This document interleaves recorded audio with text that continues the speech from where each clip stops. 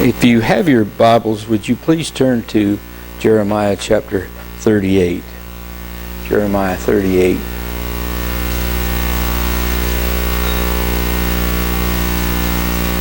I just want to share something on my heart.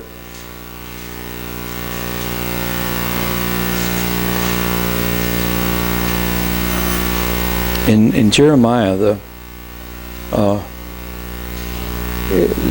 been reading through it lately, and I never realized how hard of a time he had trying to get the people to hear his words, the word of the Lord. Jeremiah was rejected over and over and over again. And what I would like to maybe just encourage you a little bit, when difficulties come, and maybe we could even say when judgment falls,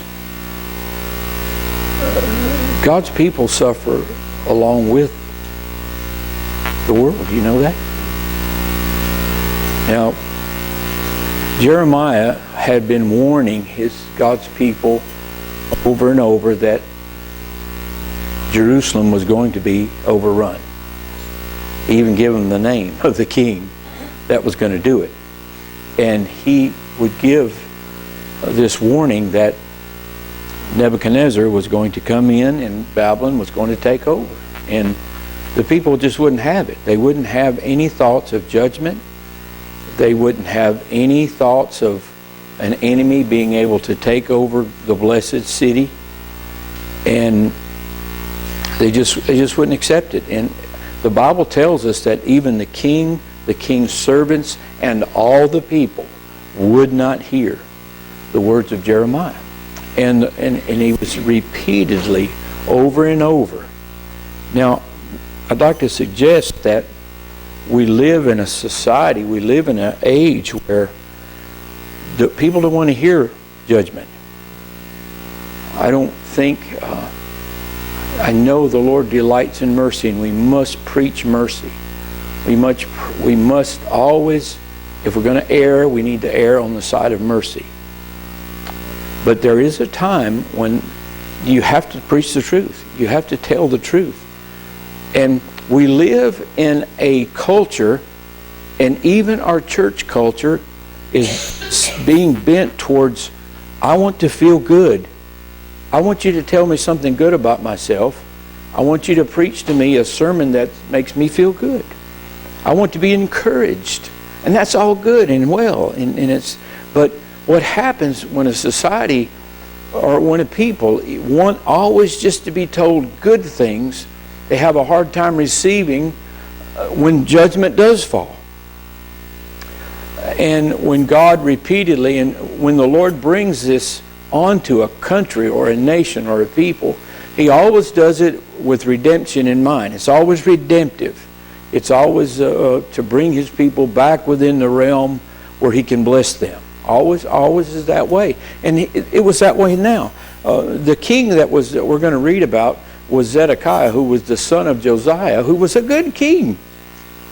And it's just shocking to me how in one generation's time, in the matter of a few years, that one son of a good king could completely choose opposite choices of his father. And this is where we were. And so one of the things that I want to encourage you and tell you to beware of is that when things go wrong in a society and the Lord allows judgment to come, we must beware of losing faith ourselves and allowing fear to dictate our choices. Because we're going to see in this word where fear dictated the choices of the king and the choices of the people. And they were repeatedly warned by Jeremiah what to expect. But yet they refused to hear the word of the Lord, and they chose to listen to their own reasoning. That's the danger of everyone, of God's people as well, is choosing to listen to your own reasoning, making choices. Give an example. In one book I was reading by Hal Lindsey years ago, it was about faith. And and it's also repeated by a book by Charles Solomon. When a pilot was flying this jet, you've always heard this saying, flying by the seat of your pants. Well, there is actually a feeling that comes over a pilot that he's upside down. It's a real feeling. And the tower says, the pilot says, they have the recording, I'm upside down. He says, no, you're not. Look at your gauges. And he says, no, I'm upside down. I got to get it. He said, do not look at your gauges. Stop. You are right side up. And he pulls his, anyway, it's right in the ground. He goes right in the ground. And it kills him. But he chose his feeling over the truth of the gauges. You see? And there are times when we must choose the truth of the Word and not our feelings. We can't make choices. We're gonna see where people made choices according to their feelings, according to what they thought, not according to the Word of the Lord.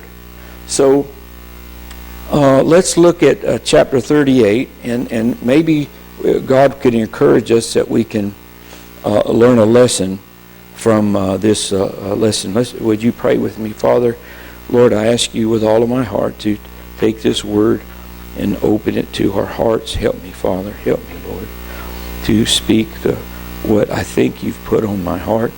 Lord, please make this word real. We need your anointing, Lord, for it to affect us, Lord, to change us. Lord, we don't come here just to hear a good word. And we come here to be changed. I come to be changed. Lord, change my heart. Change my thoughts.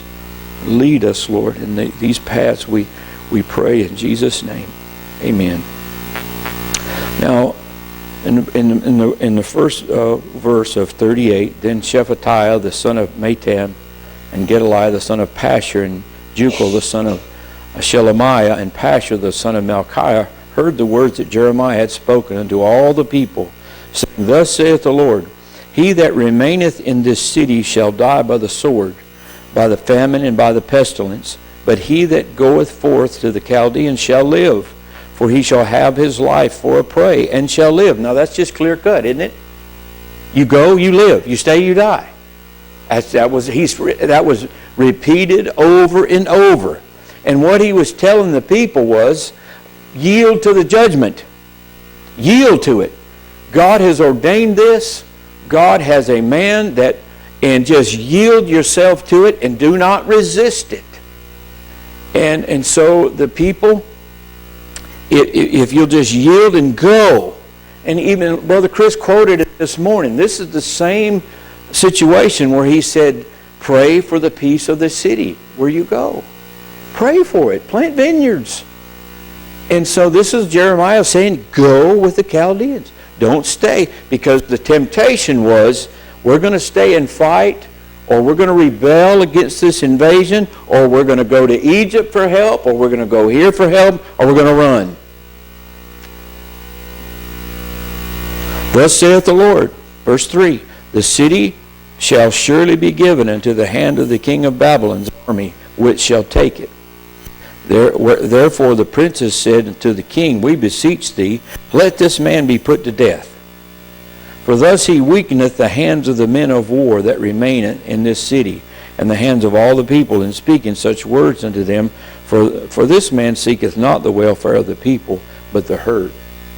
And see, we're living in a society where if you speak the words of truth, you'll be told you're hurting people. You can't speak words like that. You can't speak, even though it could be the truth, you see. And Jeremiah, he's speaking the truth. Here the princes, the leader, says, we need to kill this man.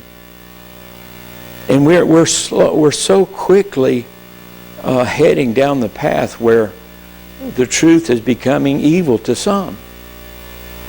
See? Then Zedekiah the king said, behold, he's in your hand, for the king is not he that can do anything against you. Then took they Jeremiah and cast him into the dungeon of Malchiah the son of Hamelech, that was in the court of the prison, and they let down Jeremiah with cords, and in the dungeon there was no water but mire. So Jeremiah sunk in the mire. So here the prophet, bless his heart, he's already been beaten one time and rejected, and he's just had a terrible time. And so now they let him down into this mire. Now here's the part that I want to get to.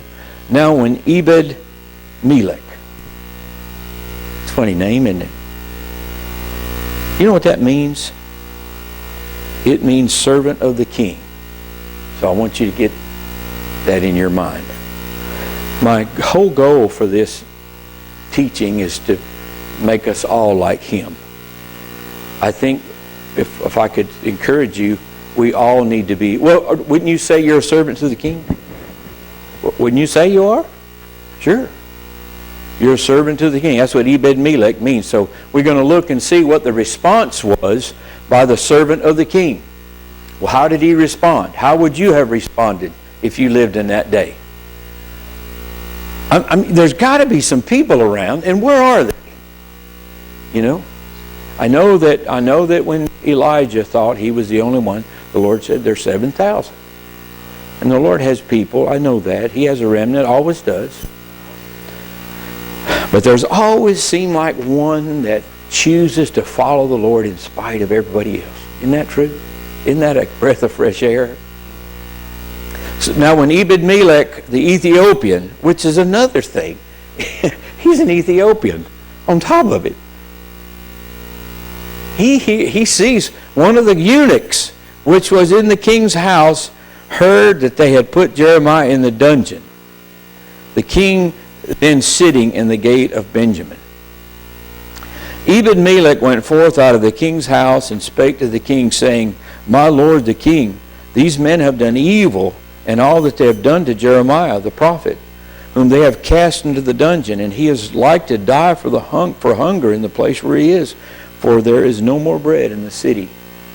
I think if you look and study it, the Babylonians had already encamped around it and had already laid siege against it. And because of the siege, what they would do, they would stop you from going in and out, and eventually starve you out.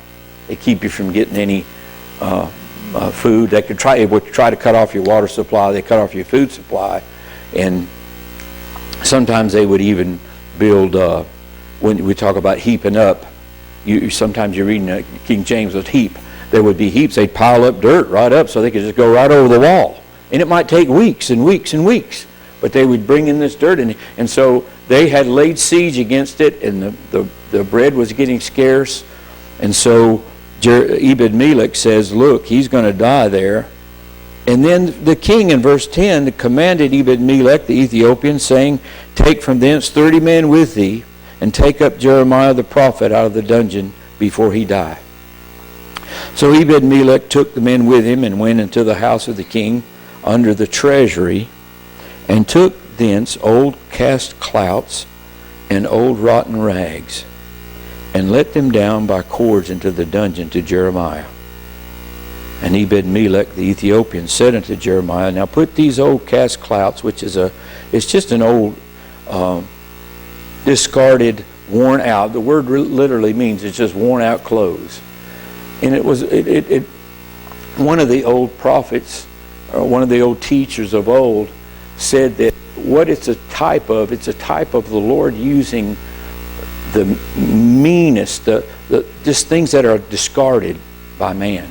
God can use it. Doesn't it say in the scripture that he uses weak things to confound the mighty? The Lord uses things that are discarded. He uses that. And so it's funny to me that in the treasury these things are stuck under there. And he gets them and he tells Jeremiah, put these things under your armholes. And the reason for that is that, when you get stuck in mire, when they rescue people now that get in mire, they don't just yank them up. They have this machine that goes down beside their leg and blows air. And when they blow air in there, it releases it. They pull them in two. The mire won't release, the pressure won't release it. But this was before the days, of course, of that. So they said, put this under your armpits. We got to use a lot of pressure to get you out of there. And this is just a simple. So they drew up Jeremiah with cords and took him up out of the dungeon. And Jeremiah remained in the court of the prison. Now here's this thing that's really amazing to me. And this is just I don't understand. Look, I want you to look, and let's just read what Zedekiah does.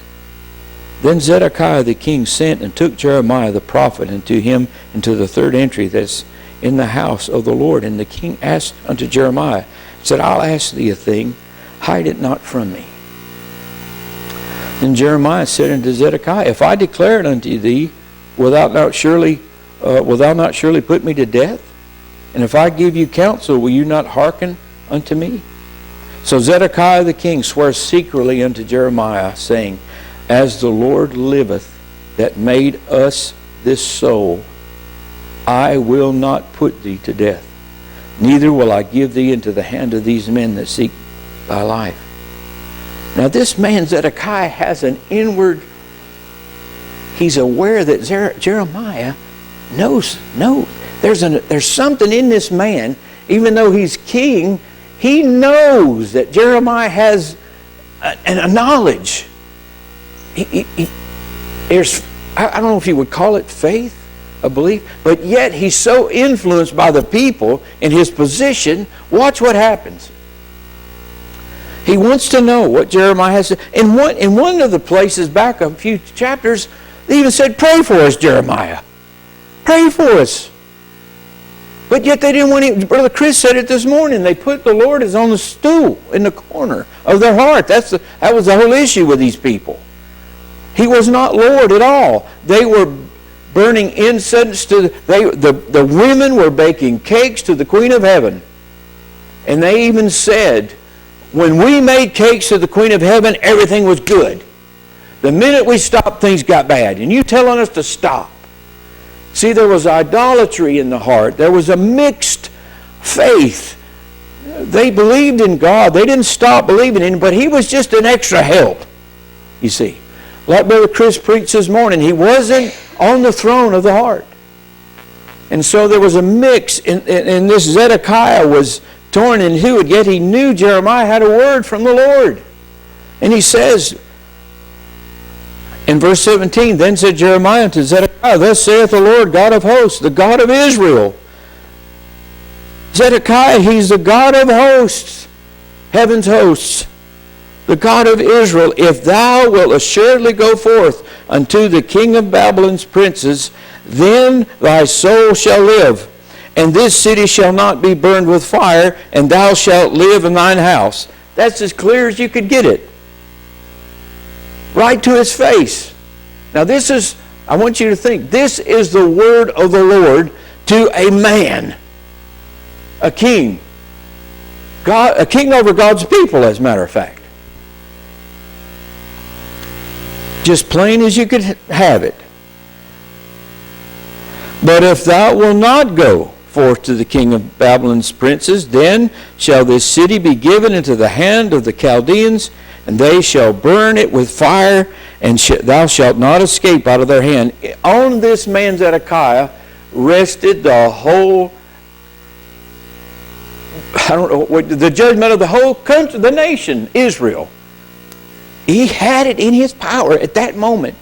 You see, to see the danger of a decision, what it could happen one way or the other so quickly. So quickly. And Zedekiah the king said to Jeremiah, I am afraid of the Jews. You see that fear. I want you to think about fear. Making a decision under fear. As I'm afraid of the Jews that are fallen to the Chaldeans, lest they deliver me to their hand, and they mock me. But Jeremiah said, they shall not deliver thee. Obey, I beseech thee, the voice of the Lord. You see that? I'm begging you. Just obey the Lord. We were in our, when you don't know the will of the Lord, when you don't know it, if you can't find it, we talked in Sunday school, George Mueller had this rule of 4 things. I'm repeating Y'all are hearing it again. Number one, have no will of your own. That's the first and foremost and the hardest one. See, Zedekiah had a will of his own. He wouldn't give it up. First thing he didn't do, he couldn't do it. He had a will in his back pocket. He was hoping what Jeremiah had to say would fit into his what he wanted to do. Number two, the word of the Lord. Number three, prayer. And number four, providential circumstances. On every one of these situations, he had a clear path. He had the word of the Lord right in front of him. Obey and your soul will live. It's a promise. It was a promise out of the word of God. But if you refuse to go forth, this is the word that the Lord hath shown me. Verse 22, and behold, all the women that are left in the king of Judah's house shall be brought forth to the king of Babylon's princes. And those women shall say, thy friends have set thee on, and have prevailed against thee, and thy feet are sunk in the mire, and they are turned away back. So shall they bring out all the wives and thy children to the Chaldeans, and thou shalt not escape out of their hand, but shall be taken by the hand of the king of Babylon, and thou shalt cause this city to be burned with fire. Then said Zedekiah to Jeremiah, let no man know of these words, and thou shalt not die.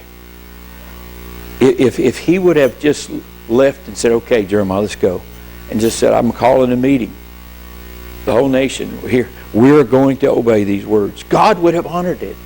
God would have made those words heavy on the hearts of the people. They would have believed. Don't you believe that? They would have listened. It could have spared possibly one of the worst, well, it was the worst thing that ever happened to God's people, to Jerusalem. And he doesn't have the courage. His fear keeps him from obeying the words of the Lord.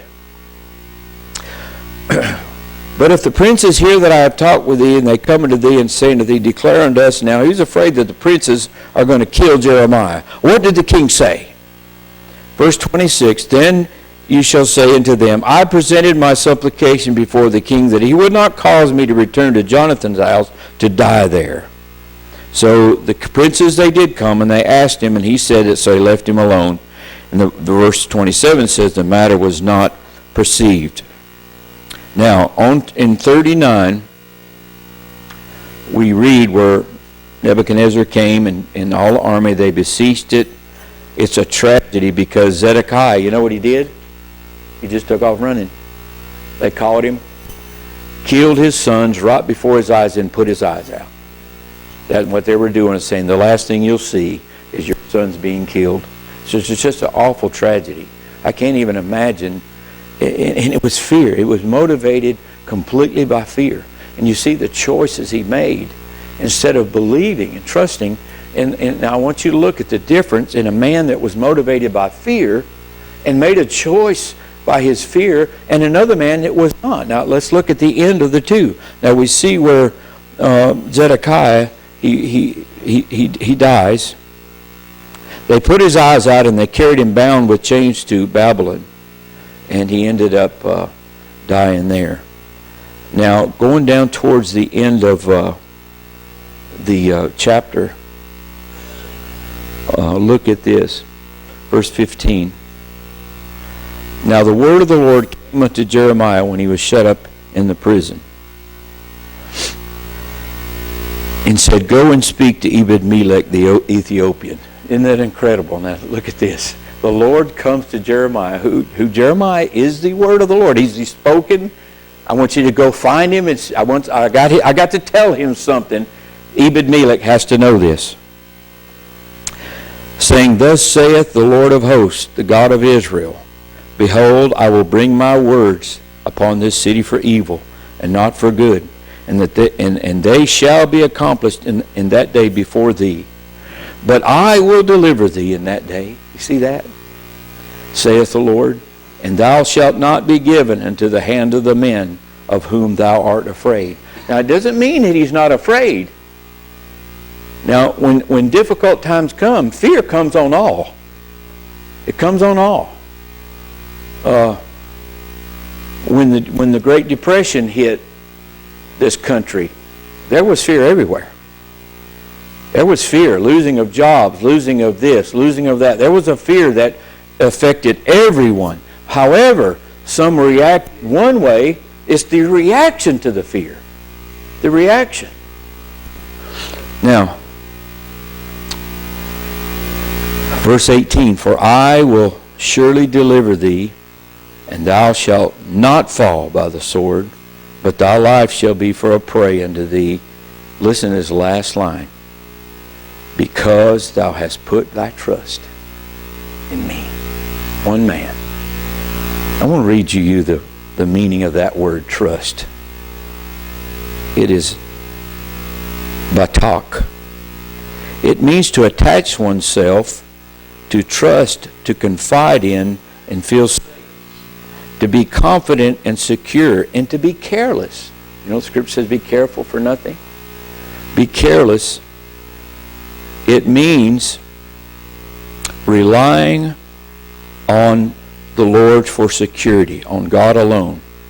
This type of hope is a confident expectation, not a constant anxiety. We can truly relax when we know God is in control. Now I want to end with another example of fear and what the Lord says. If you'll go with me to Mark chapter 5. Reaction to fear, what it can happen. You know, it seems like, but if we're gonna all be faced with this. If you ain't already, there's coming a time when you're going to be faced with the choice of fear or not, or making a choice based on your emotions of fear or faith. Now, this is very familiar. This is nothing new that I'm reading to you at all. Chapter 5, Jesus had come from over the sea. He had cast out the demons from out of the man, the Gadarenes, and he comes back. Verse 21, and when Jesus was passed over again by ship unto the other side, much people gathered unto him, and he was nigh unto the sea. And behold, there cometh one of the rulers of the synagogue, named Jairus by name. And when he saw him, he fell at his feet, and besought him greatly, saying, my little daughter lieth at the point of death, and I pray thee, come and lay thy hands on her, that she may be healed, and she shall live. Now, some commentators feel like this man, maybe the job of a ruler of a synagogue, he would set up people to speak. He would his job was to oversee all the goings on in the synagogue, and possibly he'd seen Jesus there before, but he knew that Jesus had the power to heal. And so he comes and worship to Jesus, and we know the story. We know that as he goes, there is a interruption. And this woman touches him, and Jesus stops, and who touched my clothes? And she falls down trembling, and Jesus said, daughter, thy faith hath made thee whole. Verse 34, go in peace, be whole of thy plague. Now verse 35, notice, while he yet spake, there came from the ruler of the synagogue's house certain which said, thy daughter is dead. Why troublest thou the master any further? Now, immediately Jesus knows what's coming. This man is overcome with dread, fear. Immediately. The words could not, you can't even imagine the feeling that this man just immediately, and Jesus, verse 36, as soon as Jesus heard the word that was spoken, he says to the ruler, be not afraid, only believe. Now this is words of our Lord. And it's like something to me when I think of it, I think, Lord, how can you not be afraid? But Jesus says, don't be afraid, only believe. Now, I don't know, I wish I had a video of that man's face, or, I think to myself, I'd still be trembling. I try to picture myself in his shoes when you get that when that fear comes over you, it There's an expression, knock your socks off. It's literally what it does. It will, your body temperature will change. Your whole being is overwhelmed. You can't even function properly.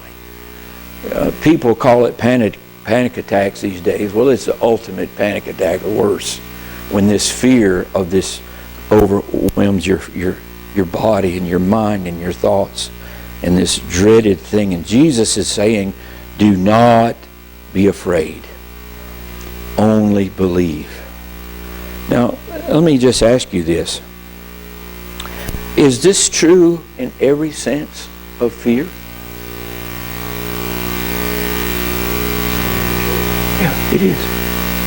As being His child, as being His beloved child, could I not say it would be applicable in every situation?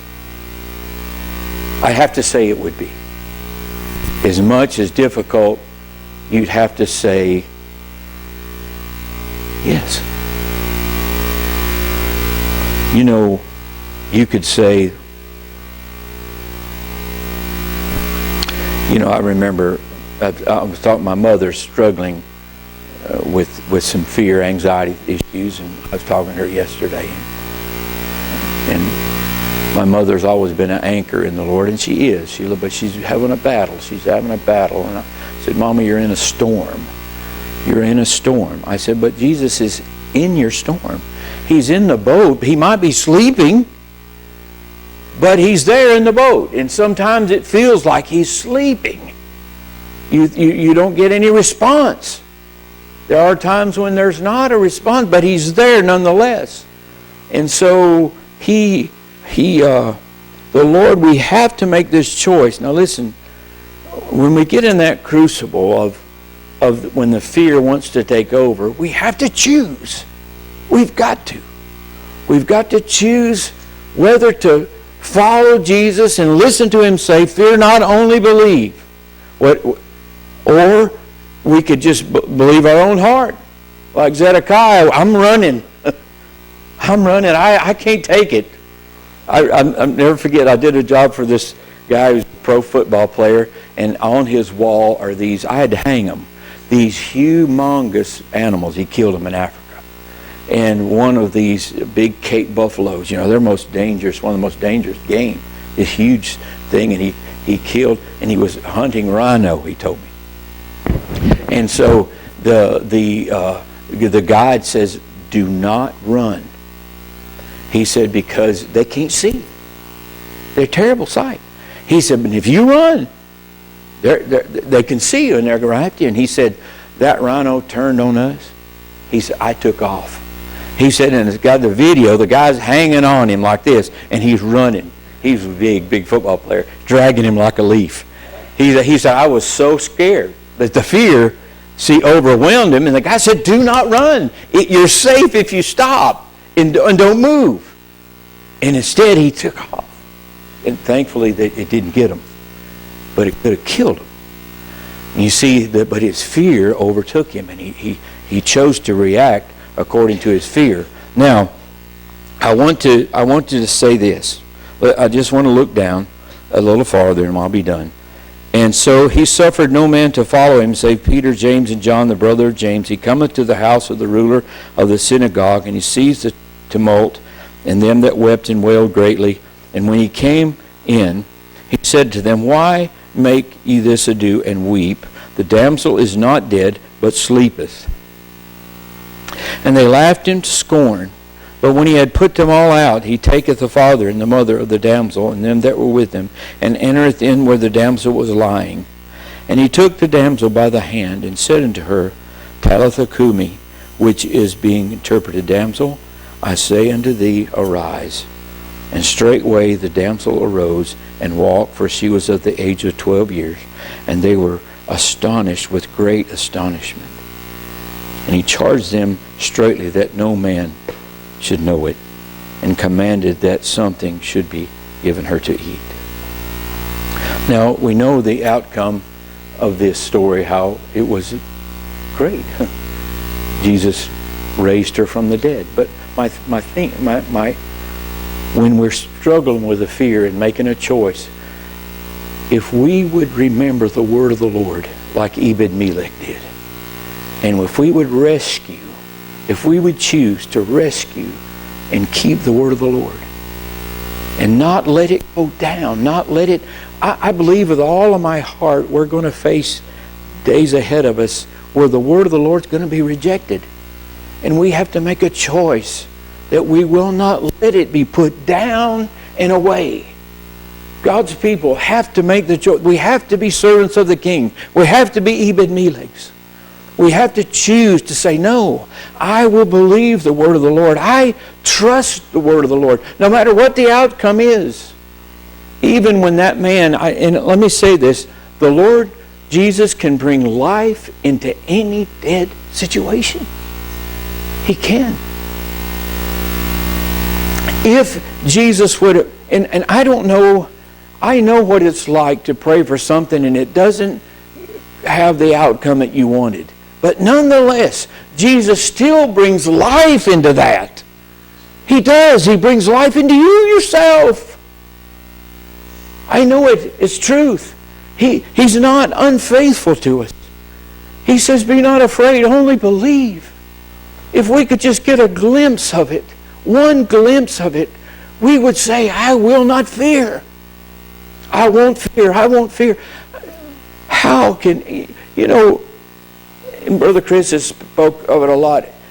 If you ever seen the movie Hacksaw Ridge,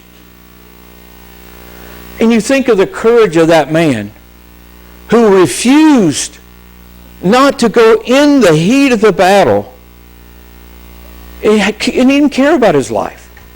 And I thought, Lord, give me that kind of courage so when the fear comes, I don't choose to run like Zedekiah. Or I don't want to hear that. I don't want to hear that. I don't want to hear words of judgment. I don't want to hear that bad times may come. Nonetheless, but Ebed-Melech says, no, I can't let the word of God die. I can't. I have a responsibility to keep it alive. You see, that's the servants of the King's responsibility, to keep the word alive. Keep it fresh. Keep it in front of the people at all times. And so you and I have to make that choice. Because we always have to keep in our minds, Jesus said, be not afraid, only believe. I think with all of my heart and soul, we can apply that to every situation of fear. I do. I do believe it with all, no matter what, you and I belong to Him. Some time ago, years back, I had a heart thing where they do a thallium stress test where they inject you with a nuclear thing. They can do it two ways. They can either make your heart just go boom, boom, boom, boom, boom real fast, or put you on a treadmill. I don't like the thing where they make your heart. It feels terrible. It just, your heart just pounds out of your chest and you feel this going in. I don't like it. Well, I went and had my test, and they said, we'll call you this evening. Well, I didn't get a call, so I called the doctor. Many of you know this story, but I'm going to just take how I was a Zedekiah, kind of. And I called the nurse. She said, well, did they tell you have your ejection fraction is not good? And that is the measuring of the pressure of blowing out. Going to everyone in this room probably has an ejection fraction of 50, or 50 is perfect. She said, yours is 29. 29? I looked that up. That's heart failure. That's congestive heart failure. Well, you know what I did? I was terrible fear. I couldn't even function hardly. Thinking that, it was summertime, fear consumed me for days. Days, I'm just honest. Terrible. And finally, I was digging a hole with a mattock. I thought,